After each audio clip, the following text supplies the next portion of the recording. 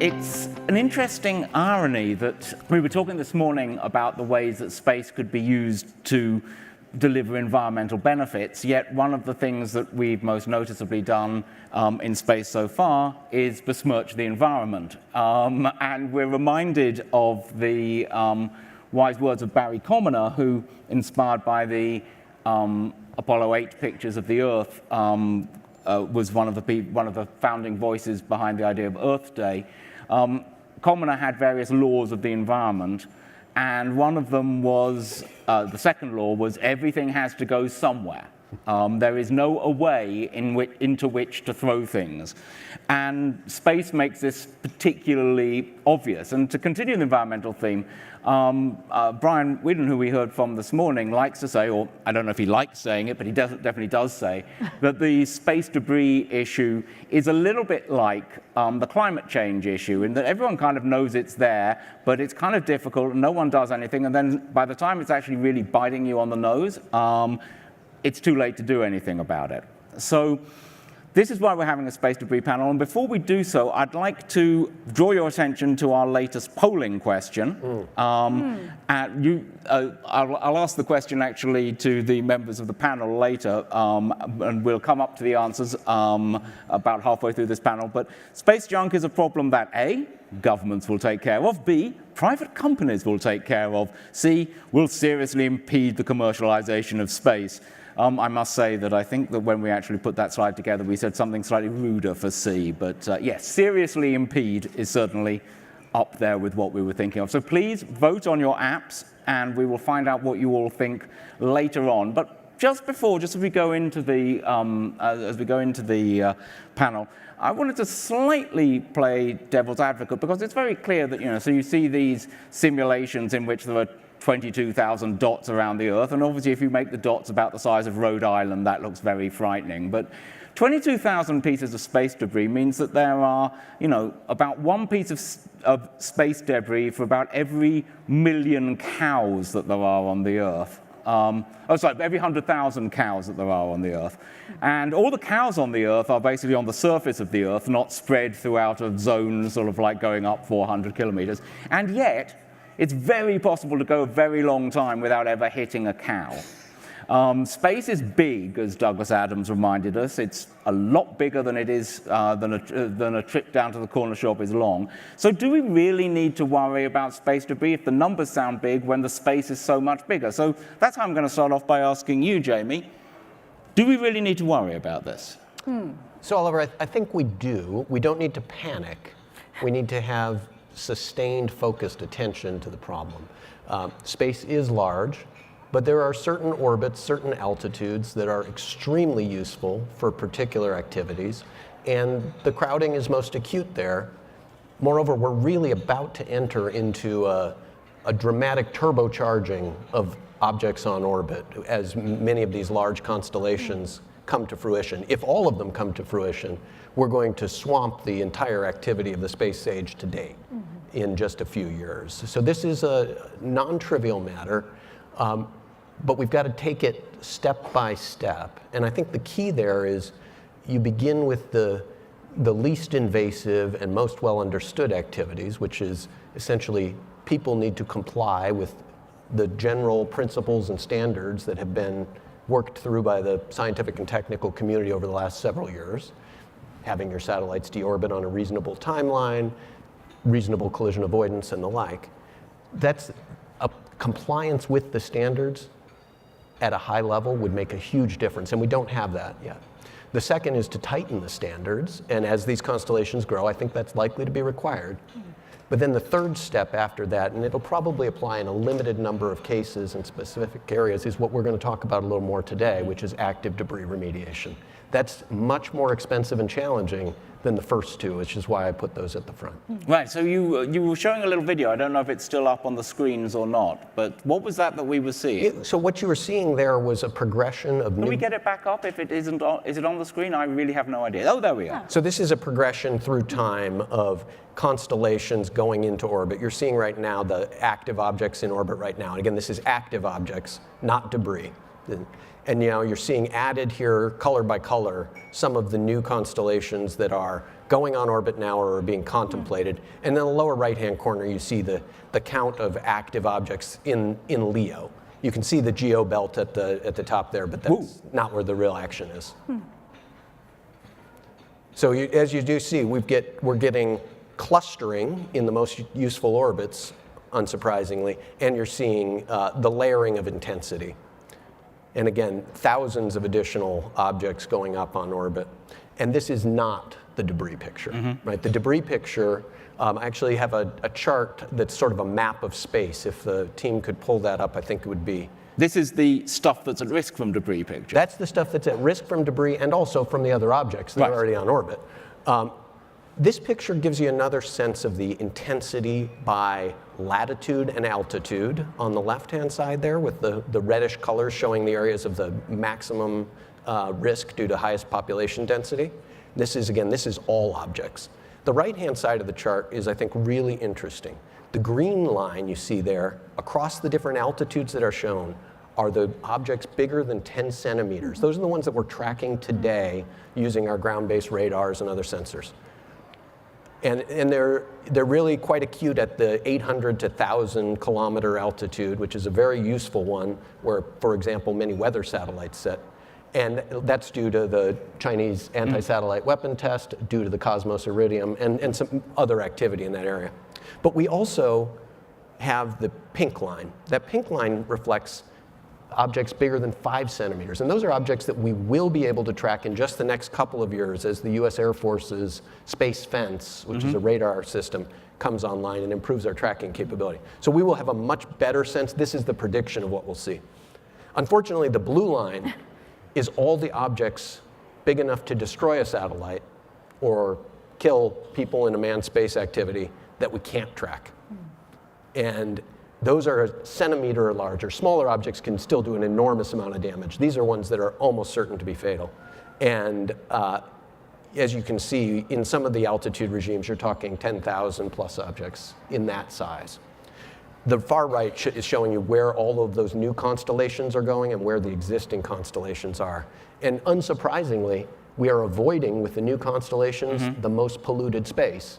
Not because it wouldn't be more efficient to be there, but because it's really complicated to be there, and you'd have to be maneuvering much more frequently than you'd like to. I must say, it's so striking, the amount of the untracked and the untrackable. It almost makes you wonder why it's worth tracking if most of the threat is always going to remain invisible. So you need to think about these threats from two sides, right? So there's the danger of untracked debris to your working satellite. There's also danger between untracked debris and other untracked debris, right? Making still more untracked debris. And the larger the object, the more the mass of the object in particular, the more the damage of those potential collisions.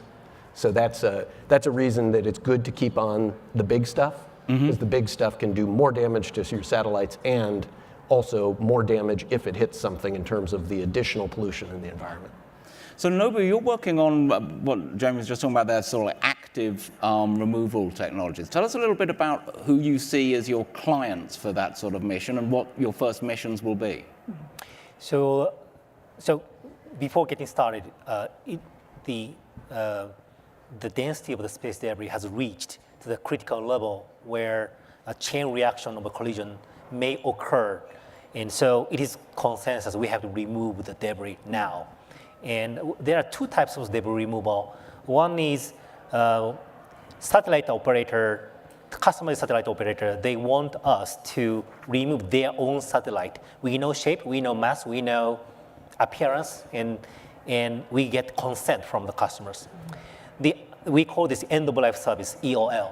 The other one is existing debris littered by the government, and the government should be the customer, and but we don't know how the shape will look like right now. Is it because long ago, and their regulatory issues are a lot, and so there are two types. We are starting working with the first one, EOL, because there's a clear need from constellation players because there's certain percentage of their satellite will go defunct in space. They have to replenish with new satellites to keep the coverage. To do that, they have to remove the old satellites. That's going to be our job. So we see this as a clear business model. And so what's the first mission that you have in mind? So the first mission is, okay, so the size of the debris varies a lot from, as Jamie said, from particle level to large size debris. So large size debris we have to remove. Small size debris we cannot remove, so we have to protect our spacecraft. So we're going to launch the first satellite in 2 weeks, and to monitor, sample the small debris, to get the map of the small debris to reflect to the design of the satellite to protect them. And we are going to launch debris removal satellite in first half of 2019. That are the 2 missions going forward. And what's the technique for removing the debris? Remove the debris. Okay, once you go up to the space, there's so many lights, stars, moon, Earth, sun. You have to identify which is the debris. That's number 1. 2, you have to get closer to the debris, approach the debris. But all the debris, as the graphic said, it's in moving around different direction with 7 to 8 kilometers per second. So it's not easy. Once you successfully approach the debris, debris is tumbling. So how are you going to capture them? So our chaser satellite will synchronize the dancing and capture the target. And then we have to stabilize the motion, and then we will bring them down to the atmosphere and burn. So each technology that is not existing right now. So our team are working hard to developing that. So that's the technological approach. Yes.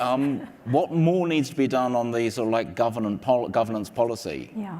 So I'm glad you asked that question, because one of the most interesting things about orbital debris is that it's bringing together very important 3 trends that we are seeing in the space arena. One is, of course, this democratization of space that you heard about. We have a lot more players, not just the US or Europe, but also non-Western players, especially rising in Asia.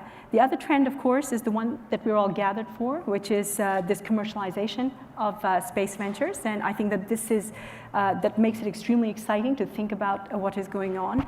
But I think the piece that we have not explored, and perhaps that needs to be brought into the conversation, is that the third trend that we're dealing with is the militarization of space. So many of these technologies that you're kind of thinking about also have national security implications. For example, if you have a satellite, sorry Nobu, your satellite can go out and image somebody or grab a piece of debris. They can also do that to functioning objects and satellites. So there's always this balance that the community needs to decide about how you're going to balance national security concerns, going forward with commercial space, and also worrying about space security and sustainability.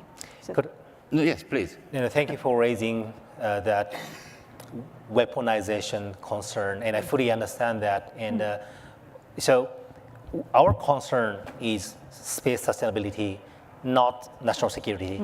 So how we, protect ourselves and not going to the national security is transparency. And transparency. That's it.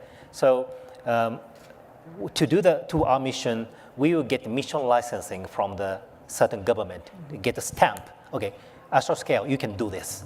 And that is the kind of a key part of the transparency. And also our satellite will make sure to be trackable from the ground. And anybody, third party, can track us so as not to, we get closer to the, other target. So we will make sure, we're not get into that concern. and I'll be watching you very closely. But what about people who are not being so laudably transparent? That's exactly, What sort of rules of the road does one need for this sort of thing? What kind?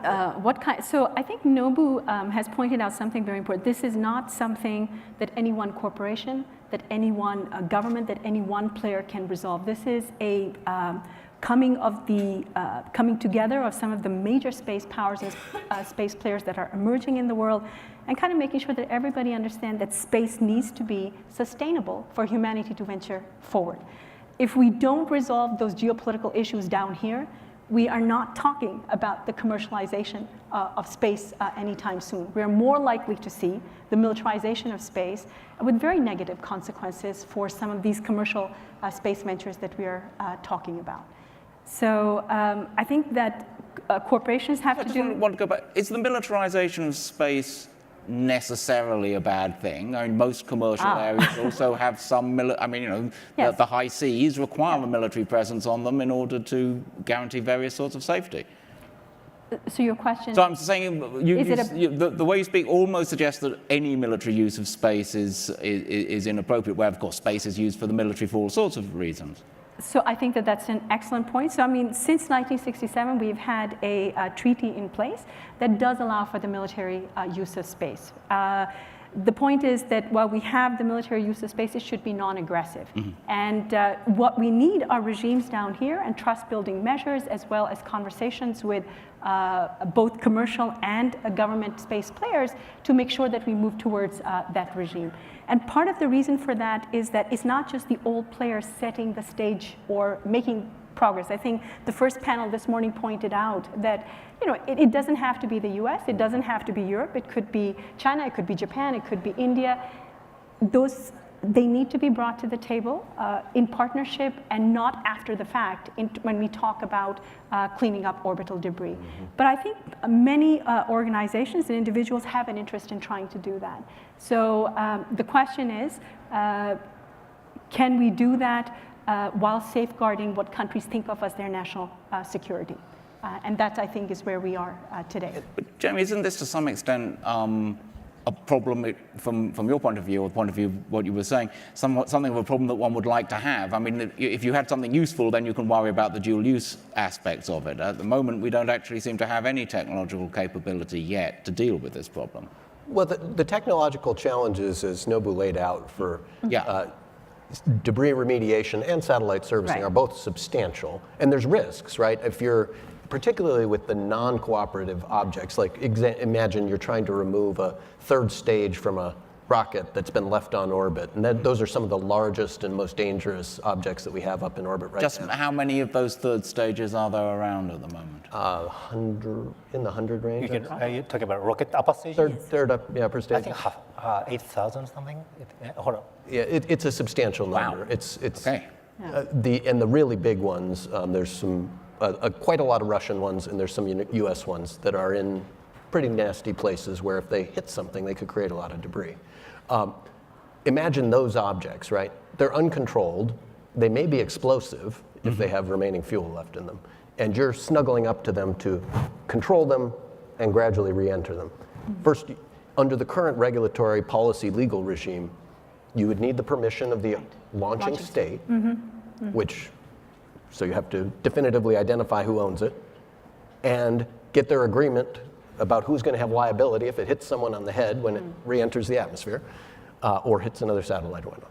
And then, apply the necessary technical intervention. So this is actually quite complicated in terms of legal aspects, in terms of contract aspects, and if the international, to your point, if the international environment on Earth is filled with tension, we're unlikely to get the sorts of agreements required for people to be remediating some of the dangerous objects that are up there. I mean, I'm not a lawyer of any sort, let alone a space lawyer, but if you can identify whose piece of junk it is that you're attempting to take out and get their permission, aren't they already liable for any damage that junk does? So is there not a redress through the courts to the damage done by space debris if you know whose debris it is?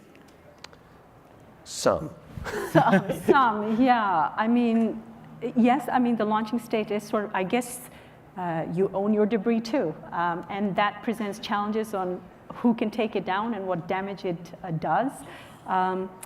But we have not had to deal with this problem in the same way that, as Nobu is describing, we are having to deal with it now. And the technical challenges are sort of compounded by some of the military rivalry that is also taking place down here, and the space competition that is taking place. So in both the United States and I guess to a certain extent Europe, the whole conversation is about the commercialization of space. And I think in Japan, we are beginning to see space entrepreneurs. But if you look at their doctrines and policies, most of that is actually shifting more towards the military uses of space. Because there's a very simple reason for that. I mean, until very recently, we didn't know what the size of the orbital debris market was going to be commercially.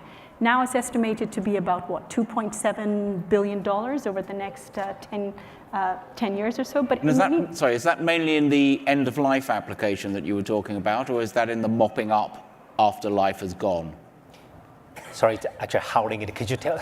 So you were saying that the market size has been estimated at about 2.7 2.7 billion. And is that for sort of like cooperative end-of-life type things, or is that for mopping up a mess? So I think that's the size of the whole market. Whole market. The It's whole mostly the market, former. yeah. So If you think about it, for the mess that's already up there, the chance that any one specific object is going to collide with something is really quite small. Exactly. And so the economic incentive for someone to pay you to clean up the mess they've left is quite low. Again, the it's the similarity tow- to climate change becomes apparent. It's the tow truck for the plant. You know, you buy the auto club insurance before you go on the road trip because you know you're going to be driving a long way and you want to be able to clean up the orbit that you're about to use. That's the model that will generate, I think, potential revenue. But given that free rider problem that you just identified, how do you expect the existing debris problem to be cleaned up? Who's going to pay for that? well, So this that's is the good. That's question. good. So regarding existing debris, there are several kind of activities going on, but separately, scattered globally. So, but for example, one country is seriously discussing internally to remove their own debris. You know, so there are several ways to cope with the existing debris. One is leverage United Nations. The two is develop new international framework to discuss about this.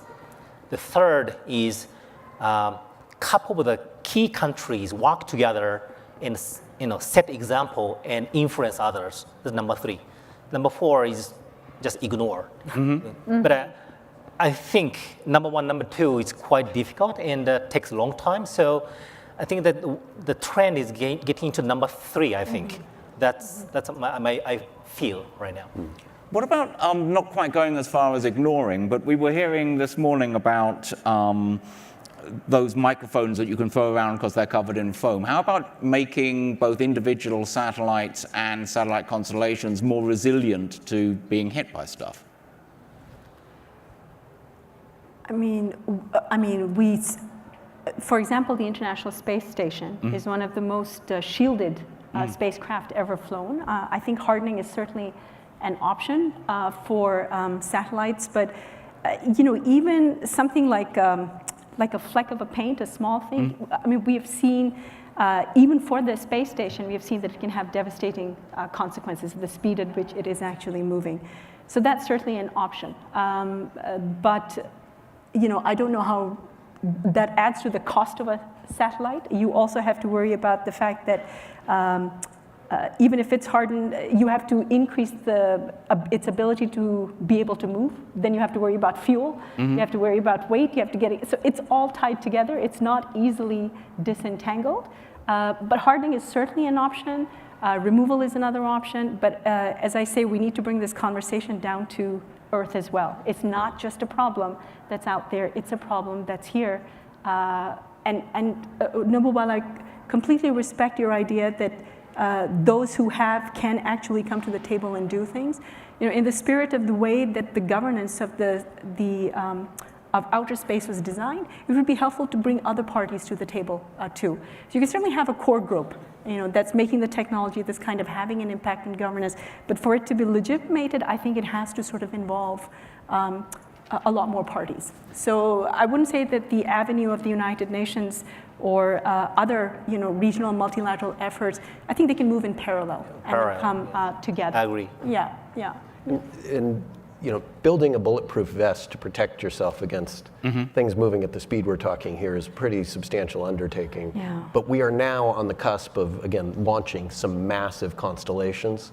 And by getting our approach to space traffic management for the active constellations right, so that they are better equipped to avoid collisions or minimize the risk, and then by executing those individual constellations in a way that is, if you will, environmentally responsible, with good end-of-life plan, potentially with a backup plan when things fail, that is a much higher leverage approach for the, for the public good, for the tragedy of the commons that we're trying to prevent here. It's much easier to affect the future than the past in this environment. Let's have a look. Can we see what the results of the poll are yet? Well, seriously impede. Is all of the above an option? Yeah. Yes. So, as the experts, what's your what's your response to that?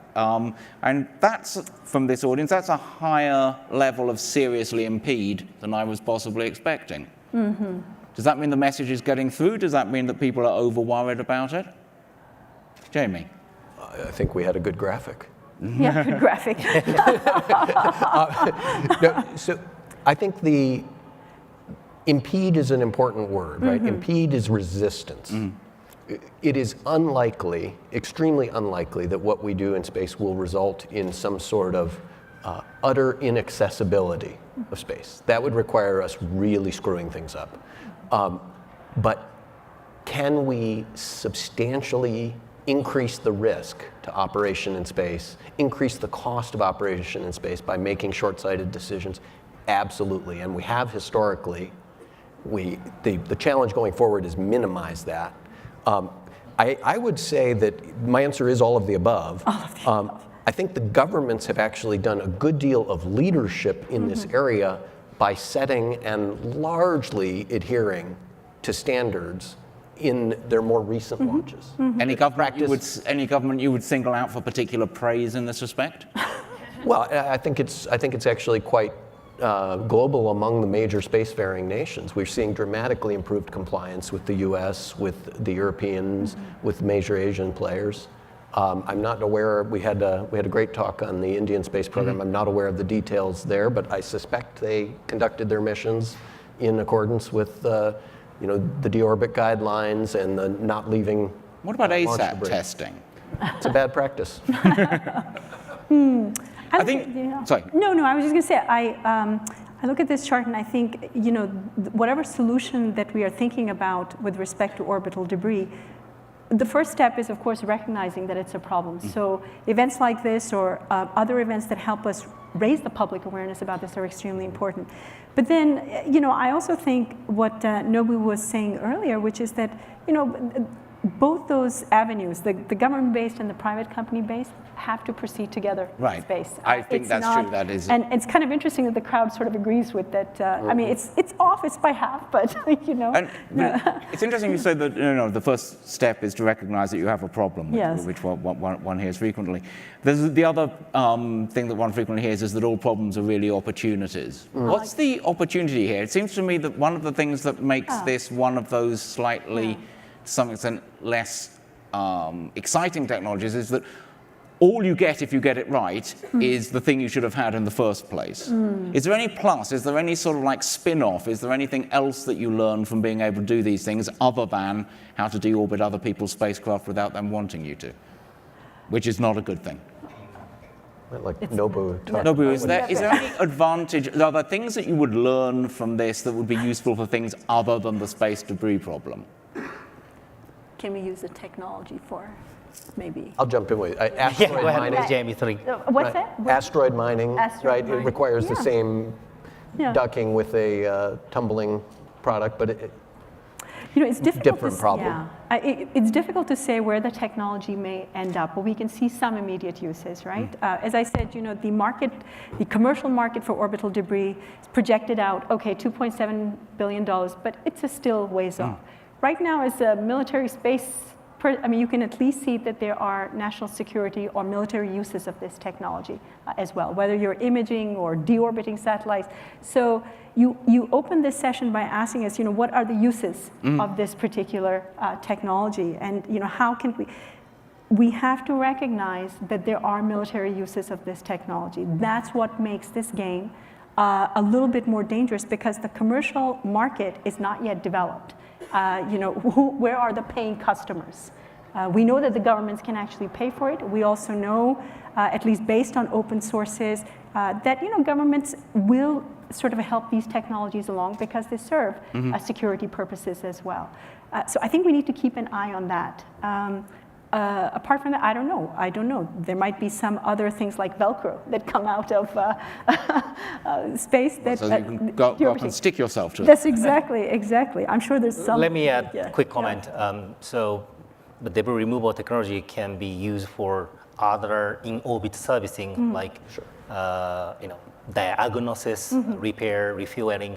But honestly, the waste management, there are so many things to do. So we have more work to do. So it's going to be long-term application, I think. Okay, let me ask if there are any questions from the audience. Okay, I've got two there, right next to each other.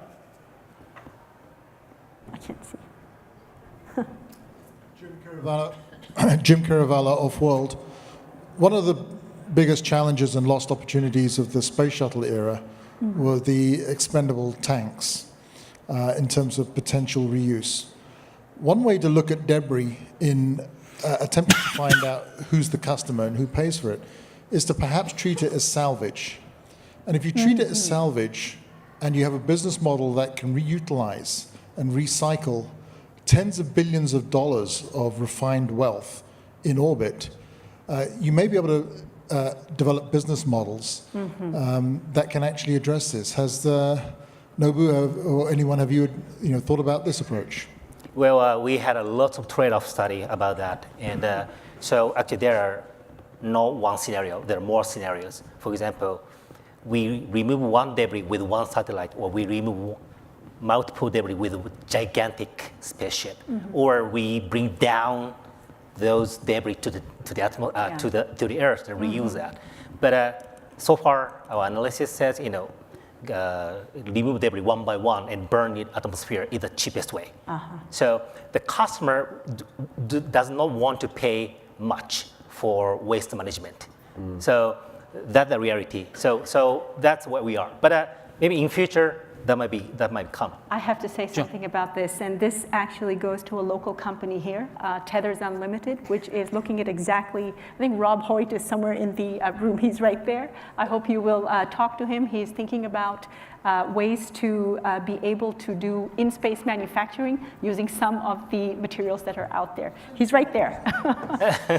So, Rob, give us a wave if you are around. So Yeah, Rob Hoyt, Tethers Unlimited. Okay, next question was just next door. Oh, that was your question. Okay, we're recycling questions. How very environmentally aware of us. There you are.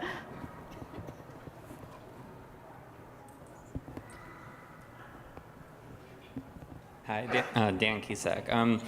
So we heard a lot this morning about lowering the barriers to space and making it more affordable for companies and for countries. This seems to be the other side of that coin, where we're going to increase the barriers to entry. How do we make sure that initiatives like this don't keep emerging space nations from being able to get to space in an affordable way? So I just Was start. that a comment? Yeah. No, How do we keep it from being a barrier to entry? So I think the first and most important part is to acknowledge that going forward, adopting reasonable debris mitigation standards adds cost, but it doesn't add a lot of cost. Most of the microsat stuff we're seeing that a lot of new companies and new entrants in the new nations are playing, and the high schools and colleges, that's at such a low altitude that it's going to deorbit in months or low single-digit years. It's not a significant threat. Does that mean anything that's sort of like space station and below? Below the space station, Right. if the chart showed you a very steep drop-off, and it's because the atmosphere is there, and it slows you down, and you will deorbit. So Another use of the Earth, it's an incinerator it in is. space. Well, as you know, we recently used an extraterrestrial body for that as well, right? With the crashing of Cassini. Yeah. Question back there. I'll go to the one right at the back and then come forward to the gentleman in the blue shirt, though there may be more than one of those people here. There we go. I had a question with regard to the discussion of national security in space.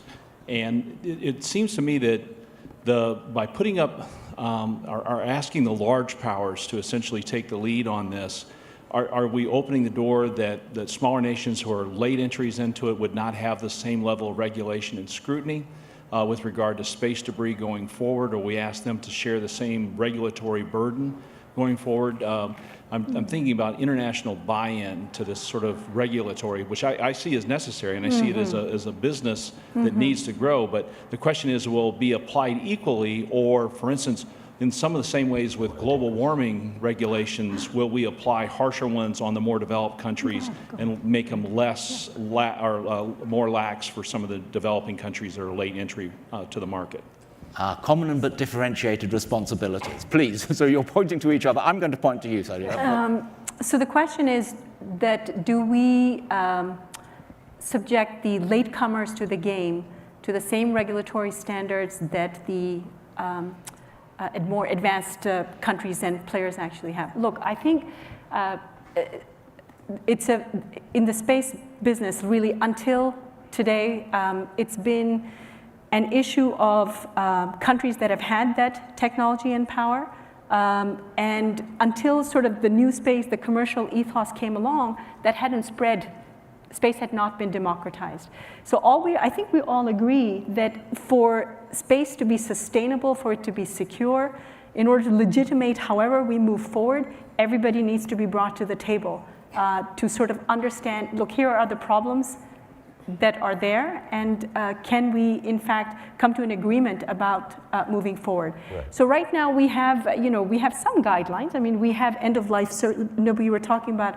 There are IADC guidelines, for example. You're supposed to, after 25 years, you're supposed to deorbit, and so, countries and players can agree. But I think this has to be a match of public-private partnership that is taking it forward, not just centered on the US or Europe, but also centered on many of the aspiring space players in the space business. So, I think that's the most general answer that I can give. Something you just said, what's the end-of-life protocol for the space station? We have some. When NASA is taking care of that, there are specific people who is calculating. I understand there's a report that's coming out at the end of this year. They're going to talk about, what are the next steps for this space. I mean, there's many options. Can you commercialize it? Can you kind of give it over? It can be a hotel in space. Can you sort of take it apart and the pieces become something else? There are plenty of options on the table. And there is a way, you can search on the web. There is it's dated. It's maybe 8 or 10 years old, but there is a formal end-of-life plan that is publicly accessible. I'm going to go for this. There's a question here from the app. And they'll update it. Could there be a UN commission? Could the UN commission a global competition to reward the best ideas for preventing and cleaning up debris and then pay to implement the plans? I'm not sure about the UN paying for it because they would then just go to the members to get the money. But what do you think about this idea of a challenge competition to generate new ideas here? Obviously, there's some commercial players who've actually thought up their own ideas, but is there a lack of an obvious reward, and is that a place where a prize could be a good? We know the examples of like X Prize that made a competition on the globally and move the technology ahead. So I think this kind of idea sounds good. In the end, that will reduce the burden of the taxpayer in the end. So that makes sense. Yeah. I believe those discussions have occurred.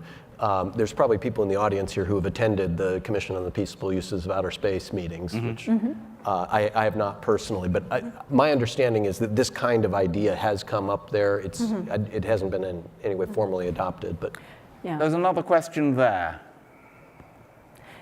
In fact, if I can just say one thing, which is that this is an ideal place for this public-private this kind of a multilateral commercial possibility. And the UN has played an important role as a locus for some of these discussions for the Interagency Debris Committee and others to to build consensus on what are voluntary standards right now.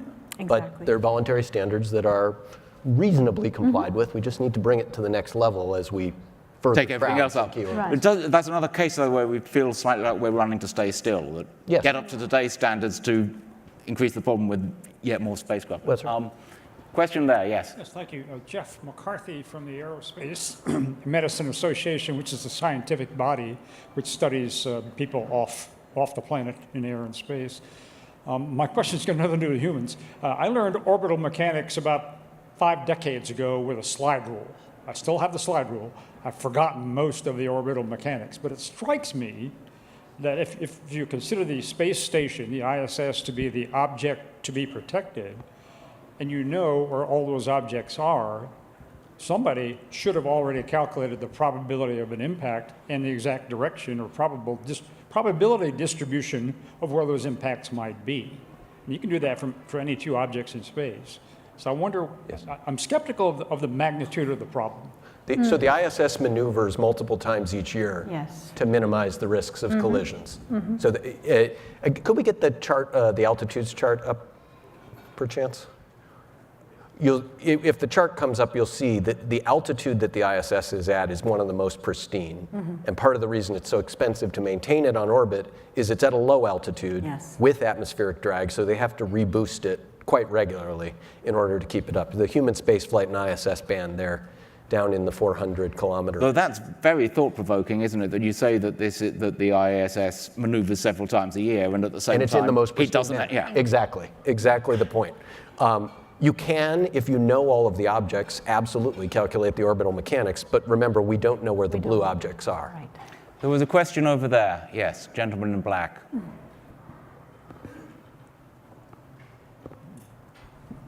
Roger Brent, Fred Hutch. It seems to me that one of the technological prizes that could come out of a Nobu Okada type operation, if it were to be applied to cleaning up low-value space junk, then you have to imagine something with kind of considerable devolved autonomy, able to acquire the thing, do the requisite navigation without a lot of direction from the ground, and then do some sort of low-thrust thing.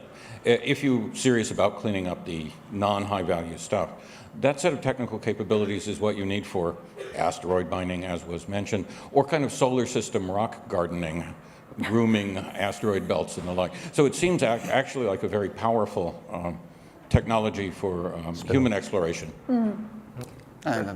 That sounds true, and that takes us more or less to the end of the panel. But I want to say one thing that I've loved about this panel is it's the first panel that's used the phrase gigantic spacecraft, and I think we should relish that, because that's a wonderful idea and a wonderful ambition.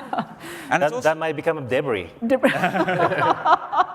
NVSAT. Good point. But also, I don't think anything else we've discussed has quite brought out the interplay between law and regulation and competition and investment and bright new technology as this. And it's very interesting to me that this sort of like somewhat covert challenge that occasionally turns up in films like Gravity is actually spurring not just technologies, but also a real discussion about, we use the phrase spacefaring nation quite easily, it seems to me, but part of being a spacefaring nation and a spacefaring civilization is taking on a certain responsibility and a certain maturity, and I found that a very heartening message to come out of this panel. So with that, I'd like to thank you very much indeed.